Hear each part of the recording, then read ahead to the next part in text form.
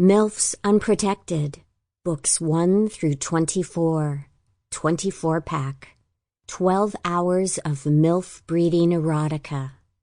Written by Tori Westwood. Narrated by Edie Olliver.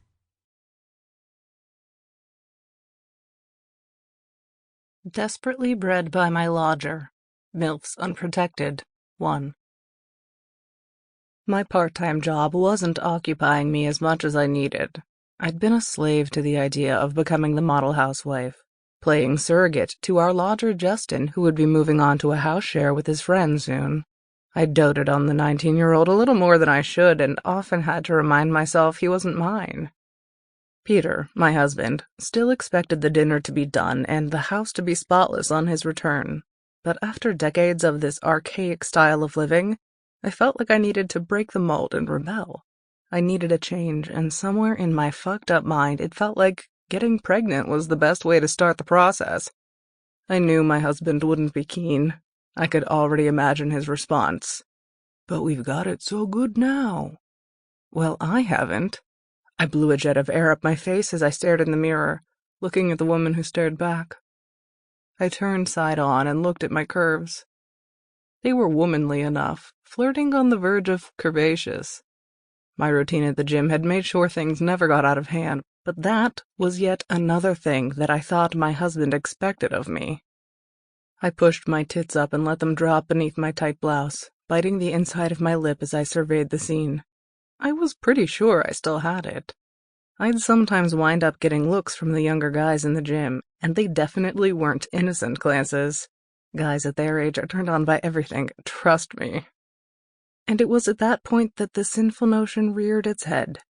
An idea so utterly sinful that I'm terrified to even share it with you.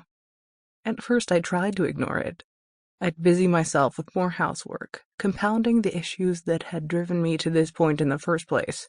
All the while, above me, sat Justin, no doubt playing on his PC or video chatting his friends. Could he be seduced? I walked to the mirror and took another look at myself. My big tits might have been enough to snare him on their own, but my big round ass would be the cherry on the cake for him. When a guy is worked up enough, his brain goes for a walk. Justin was surely no different. I walked upstairs to his room and stood by his door for a few seconds, listening to his voice within. He sounded as though he was on the phone. My husband wouldn't be back for hours, but I still needed to put in the groundwork with Justin. How could I get him where I wanted him? My plan wasn't exactly groundbreaking. I gave a quick knock on his door and entered. He spun quickly on his swivel chair and pulled out an earphone. He was barefoot and wearing his shorts and a big oversized t-shirt. I kept telling him to wear something tighter that would show off his muscles, but he wasn't so keen. "Mrs. Jameson? Honey, can you come into the bathroom and give me a hand in about 10 minutes? I said. "A hand with what?" "I just need a hand," I said, pretending to be exasperated. "Can you do that?" Yeah," he said. "Of course." 10 minutes, I repeated, and I stepped back out of his room and closed the door. The sound of his voice restarted in his room again, and I waited in the hall, taking several deep breaths with my eyes closed. The stage was set, and the countdown had begun. I walked to my bedroom and got undressed.